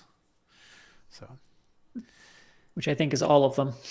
Yeah, there was very little commercially produced Newton software. That might literally be all of it. Yeah, I'm trying to think of it. I have a little pile of Newton software that I got in modern days, and I don't know for sure if there's anything in here that isn't in that. Like I don't know if I have something that's different from this. So I wonder, there might be a case to be made that piracy literally did kill that software market. People always say that's happening, but it's never true. But in this case, it might be because there was no copy protection of any sort, because the software was all like written in a high level language that just sat on top of. So the software was it was interpreted script. So there wasn't really any way to protect it. And so piracy was literally universal, and then the market being so small and so extremely technical that everybody who had a Newton was on Usenet. There was no casual market for those devices. So that all of that together meant, I think, selling software was probably just about impossible on that platform. But was the Newton connected? It wasn't, was it? I mean, like, so I was thinking that, like, I had a Palm 7 that connected to PalmNet, but the Newton was isolated, wasn't it? The initial one was not. So initially, the only way to get software on it was to sideload it with a cable. But then you could also, it had a slot. So I actually had a modem for mine. One of those, it had a PCMCIA slot in it. And so I had a really cool little modem with a flat RJ11 jack that popped out of it. And you could plug in a phone cord and dial up BBSs and stuff that way. And then later there was some sort of connectivity. I don't remember if there was ever like a Newton net or any kind of central service the way that Palm had, but you could certainly later used it as a terminal a little bit. For example, you could dial into servers and use your terminal on the Newton, things like that. And it was possible to transfer files back and forth over the network as well, but not until later. Yeah, part of what I was thinking was that, like, that's going to be the place where you could imagine charging people that piracy won't help. Yeah, and that Newton never really leaned into that very hard. It never made networking connectivity a first-class citizen in the system, in the ecosystem, and that's really where Palm and BlackBerry, I think, did it better. And that's, I think, a large part of why they succeeded, not just because the devices were better, but also because of that. They realized that connectivity was the thing that was going to make it a good idea, that was going to make it useful and helpful. So Yeah, Newton was a little bit of an island. You had this cool device that did a lot of neat things, but you couldn't. It was hard to get data in and out of it. Yeah, and you can't look at it without seeing yourself. Yeah, it's a very, very reflective device. it was. Yes. Okay, let's see. What is this? Oh, yeah. I thought this was, whatever, an interesting old Apple II. So this is it is an Apple II that is old enough, so that its serial number on the case is A2S10217. So that's first 217th, I guess. It's old enough that it has no vents. Vents. Yeah. So. Oh wow! Look That's at that. super old. Look at that. Yeah. Because Steve Jobs said, "By my will alone, there'll be no overheating." That's right. Yes. And what's funny about these is that they also I don't know if there's a better. Yeah, you can kind of see the painted case, right? the case. They always seem like they're made of Play-Doh or whatever, Yeah. or clay or something. They're all kind of bent. Wow, that's super old school. Well, Wow. because these in the early cases were painted, right? They weren't colored plastic. They actually Right. painted them. Yeah. But I mean, if you look at the hole here by the power supply, Yeah. it's all ragged and. So the internals of it are not. That's all newer than the case. I mean, so it's a late 2+ motherboard and a replacement okay. power supply and stuff. That's and I too think bad. Even the keyboard is replaced, but still having a ventless case itself is pretty amazing. That is cool. So and it is currently at it has 7 days to go. So I mean, it's still a long ways to go, and it's already at that's $1,675. It's going to go for real money. I could see someone having an early Apple II Rev Zero Apple II motherboard and not having a case for it. So I could believe people will spend a lot of money just to get this case. Yeah, and that's what you're buying, really. I mean, like none Right. of the And rest then pop of in it the needs older to be keyboard there. too. Yeah. I think it probably would sell for equally much. But it's an interesting late date here. It says 4683, if I'm reading that correctly on the side, which means that this is the end of 1983. So this is Right. I think this is even after they were selling the Apple II Pluses. This is like a repair board. Oh, interesting. Okay. That makes sense. Yeah, they probably couldn't get the original Apple II board. So if it broke, then the technician put a 2+ in it. Oh, that's interesting. Yeah.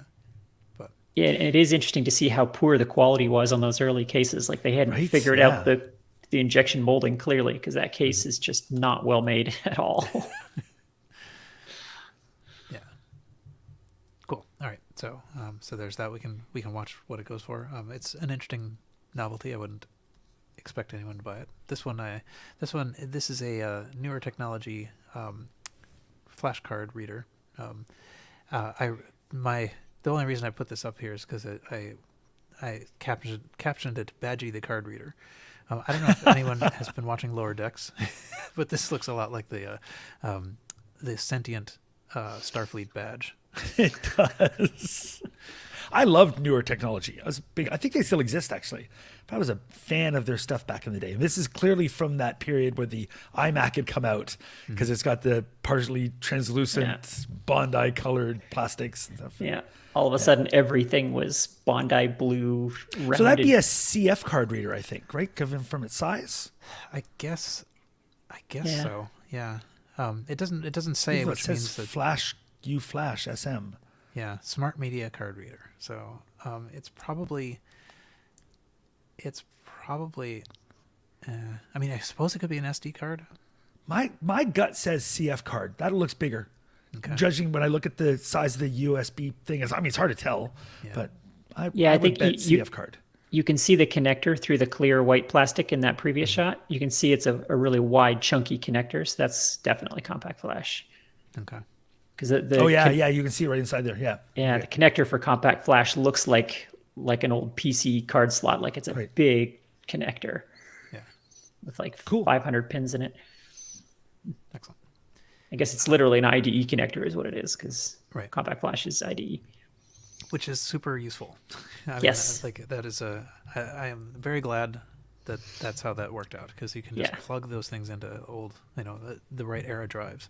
Totally. That is a gift to backward compatibility. I had a 2nd gen iPod back when they had the little tiny hard drives in them.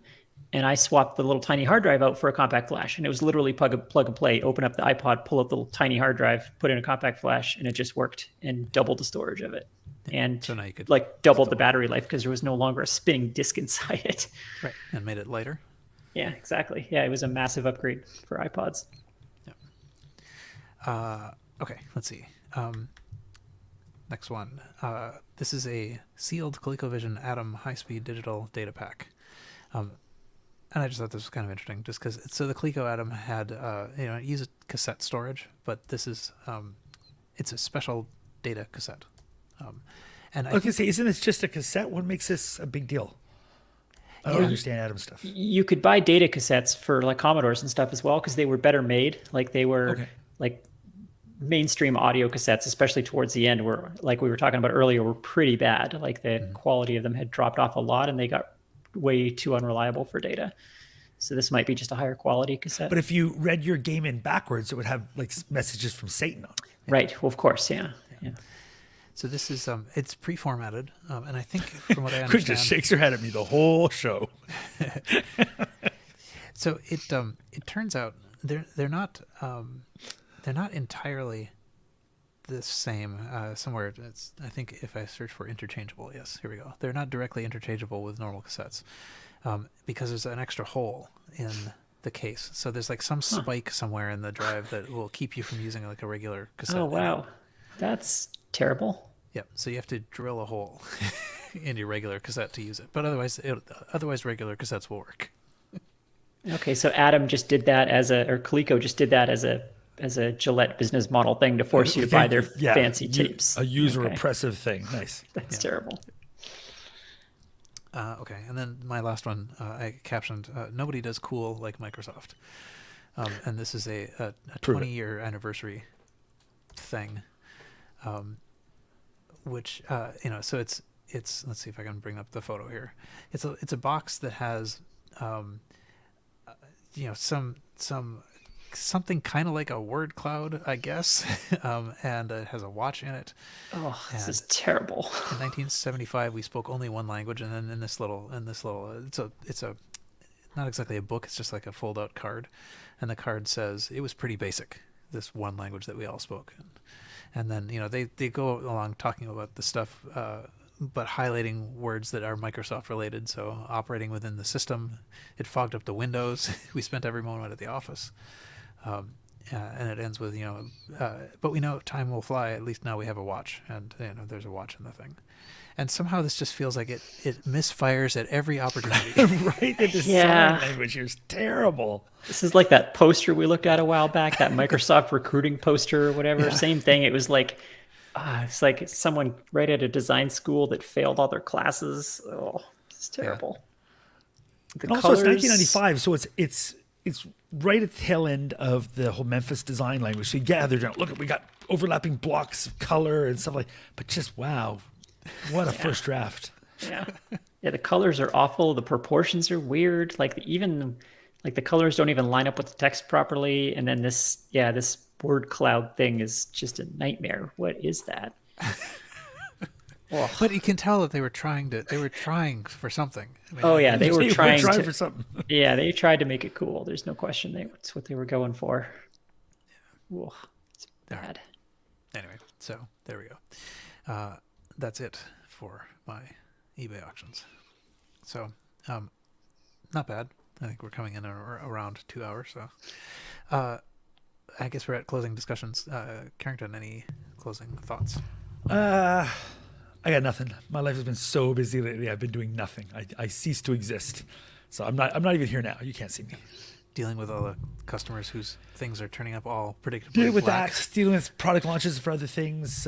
My gal, bingo card, girlfriend, Czech, Canadian, etc. As a lot of people know, like she had fallen off a horse a while ago and broke ribs and punctured lung, but just in part of the recovery, getting back on the horse the very first time, got thrown by a new horse, then got stepped on by that horse, just like destroying her ankle. So we're still in many months of recovery of that. So Jeez. That's rough. yeah, just like I was about to congratulate her on literally getting back up on the horse. I'm on the horse, Yeah. right? And so And now it's then- like trying to get back into being able to walk. Like, so just horse just stepped right on her ankle, just powdered it. So lots of surgeries and still working through that. So I'm basically playing nurse. So Yeah. no free time.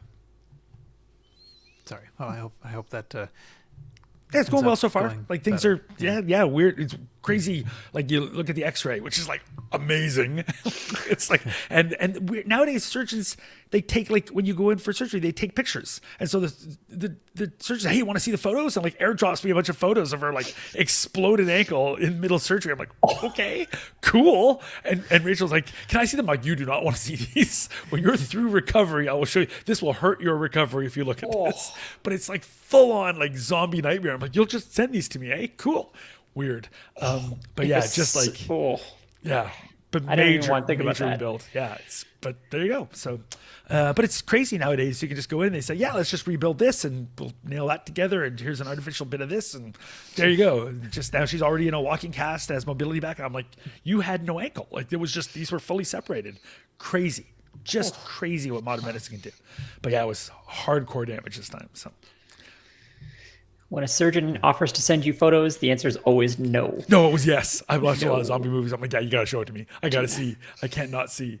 So, Hard pass on that. but when I went for, you pass 50 and you go for a colonoscopy, and I was talking, I'm like, I gotta stay awake for this. Get a big video monitor. I'm like, I gotta watch. Like it's gonna be so cool. Don't put me on the dock. I gotta see. Well, they'll give you the video. I had a colonoscopy, and they gave me the video after. I fell so- asleep because they had given me, but then later Yeah. they gave me a DVD. I'm like, oh, thank you. Yeah. I only got to see the very beginning, and then it's just I was out. Yeah. I was like, darn it. Movie night with the over 50s is not very fun. Right, but it was not as much fun as watching live though. I wanted to be there live for it. I would have been like, keep going. Go till you see daylight. Is that a secret door? What's It totally would be. I don't know, internal stuff I find very cool. So anyway, so that's what I've been doing. Mostly just be a nurse. Was that a reference to like the wall in Doom or whatever, where it sort of looks like a slightly different different Yeah, I texture? was imagining like any sort of dungeon crawl. There's going to be secret doors. passages and things. Yeah. That is certainly what my colonoscopy video looked like. It was just a weird gray. I'm remarkably pale inside. You think inside is going to be super like red, and I was like, I'm so fish colored. I'm fish colored out here too, but for some reason I thought insides were more red. I was like, oh, it's so pale. Well, it's the lighting, right? They have a No, very yeah, exactly, the bright sunshine. white LED light. I'm serious. They have a very bright white LED light, so they can see what they're doing in there. It's not like you have natural sunlight in there to compare with. I do though. I do. I'm made of star stuff. All Okay, right, Carl. Quinn, any closing Sorry, notes? we're so far off the rails Yeah, here. Quinn, follow that. What podcast is this? Yeah, no, I also have not sadly been doing much retro stuff. I did have my own sports related injury though. I've been relearning how to ice skate because I moved back to Canada and went, At the went- border, here are your went in Rome, skates. right? Yeah, went in Rome. So and I haven't ice skated in 25 years. And turns out falling on ice when you're 47 is a very different experience than falling on ice when you're 15 and you're indestructible. And so in the first 30 minutes, I fell and landed on my chin and got a giant welt and a mild concussion. So it's like, well, sure glad I did this. Yeah. So I had spent some time recovering from that. But yeah, otherwise, I'm still trying to rearrange my office to get some retro stuff in here. I've got the desks in a different area now that's giving me more space. So hopefully that is still my intent, is to get my retro machines back up in here, but it has not happened yet. Yeah. I do sort of think that if I try skating or sledding or whatever again, I want to try to go for the like whatever the Stay Puft Marshmallow Man look. Yeah, I think I might honestly get a helmet because I see a lot of the older folks wearing helmets, and there's no shame in that because, yeah, as I said, when you fall when you're old, it's a whole different ball game. Like you hurt things that, yeah, kids just bounce right back up. And You need those vests that like puff out when you fall, like off a motorcycle. You need those yeah, things. like motorcycle airbags. Yeah. Oh yeah. But yeah, at least some gloves and a helmet are not a terrible idea, just so that when you fall, you don't hurt yourself quite so badly. But yeah, it's harder than I remember ice skating. It's not easy. So laptops can know if they're falling, right? I mean, like, Yeah, they can quickly shut off the hard drive. So you could Nowadays, you an could wear Apple Watch something. can know when you're falling, so it could just like Yeah. Yeah. signal Well, you're- things, I guess. You're going down. Yeah. poof. Your phone knows too. If you go in for service, if the accelerometer records big impacts, and Apple can deny you service if they decide your phone was dropped really badly, which is a dirty little secret of the Genius Bar. They also have water sensors in them, which I think more people are aware of that they have a water sensor in them. So if they find your phone was dunked, they also will deny warranty. Yeah, not cool. Yeah. Well, maybe fair, potentially fair, but yeah. Although nowadays, now that they're waterproof, they still have water sensors in them, but now it's just a software warning. Have you guys ever seen this? I took my phone in a hot tub a while back, and it worked fine, of course, because it's waterproof. It's a modern iPhone. But afterwards, I couldn't charge it because there was water in the charging port, in the lightning port. Oh, interesting. And when I plugged in the cable, a little message came up saying, hey, we've detected water in the port, so you have to wait before you can charge. So I was like, oh, that was neat. And I waited a couple hours, and then it worked. So that's cool. The only thing I've had like that is when my Apple Watch, older one, got wet that one time, and it has that thing where you spin the dial to shoot out the water. That's right. Yeah, and the speaker on the phones does that too. Vibrates. The speaker vibrates to shoot the water out of the speaker holes, which is that really motivated me to dunk it in the water a lot more. So I don't know if that was a good idea.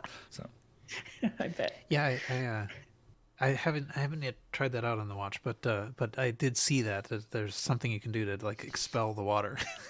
Which just seems weird, but and for me, I also really haven't been doing very much that counts as retro, but in the I guess sort of fits in these notes. Cyber Ears is going away, so that intro that everybody knows, we will soon have limited bandwidth. Yeah, it won't be my audio and my terms anymore. Yeah. Also, we discovered that the forum link on the site is no longer leads to where it goes, and so it isn't in fact at vcfed.org/forum/forum.php. And who knows, it might not have been there for years. Quite a while. It's now at maybe I'll fix the outro. Sure. It has been fixed on the site, though. Yeah, but CyberEars has been great to us, to us. So it's sad that it's going away because it has truly been just rock solid and perfect. So it's sad. But so now I guess we will soon switch to another provider. It's possible that that provider will be hosting this episode when it hits the feed. Who knows? Well, you'll know when it happens when you look in your feed and you see all our shows. Suddenly looks like they're new again.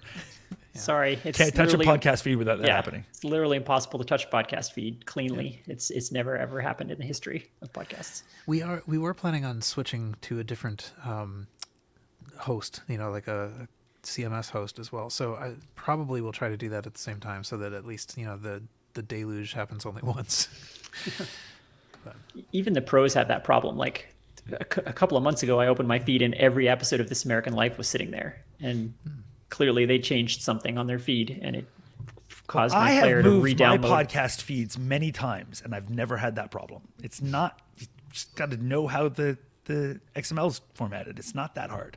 Yeah. But nobody does it by hand. Like I do my RSS feed by hand. Yeah. So you have all the UUIDs or whatever the same. Exactly. But the key is I just do it manually. I literally do manual XML every time.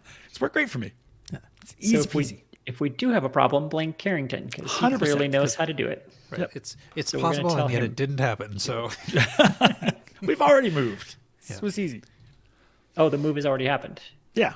Oh, okay. And it was perfect. It was seamless. Apparently it was. I didn't know. And I'm on this show. During this show. Yeah. All right. Anyway, I think that's probably about it, though. Is that all I was going to say? I think it is. So that's it for the show. You can find the show notes for this and all the RCR shows at rcrpodcast.com. You can discuss the show in the forums at https://forums.vcfed.org/index.php?forums/retro-podcast-discussion.81/. You can follow RCR on Twitter at RCR Podcast. You can join our Facebook group at facebook.com/groups/RCR Podcast. You can send feedback to feedback@rcrpodcast.com. We are a member of the Throwback Network at throwbackreviews.com. And please write a review on iTunes if you wish. And until next time, Retrocompute. That was pretty good. Actually, just forum.vcfed.org will work. But None of our links are accurate. yeah, that is pretty cool, though. I mean, I certainly have not checked that for probably 2 years. I don't. I'm not even sure why we have a forum. Honestly, I've never been to it. Oh yeah, it's just a subforum on the VC Fed site that's for Yeah, okay. podcasts generally. So I assume it dates from that era when everybody said you got to have a forum for whatever your thing is. Yeah. Everything had a forum for a little while. Now everything has to have a Discord, or now everything has to have a this or that. But forums seem to be Mastodon gone. instance. Yeah. So cool. Anyway, yeah. All right. Thanks everybody for sticking around. Yeah. Paul, I added that link for the SGU episode right below your link in the news items. Cool. I will make sure that goes in. Yeah. And thank you for people who joined us live. Yeah, we have a couple of Hooray for you. stalwarts who always come hang out with us, which I appreciate. Yep. All right. Oh yeah, and we blazed past 1961 when Sorcerer Stan said, "I was born in 1961." Yeah, Sorcerer Does that Stan was count? born in 1961. It totally counts. That's our major event. Yeah. So that was what this episode is dedicated to, Sorcerer Stan. Yeah. But okay. Anyway, we will head off. Goodbye, YouTube. Thanks.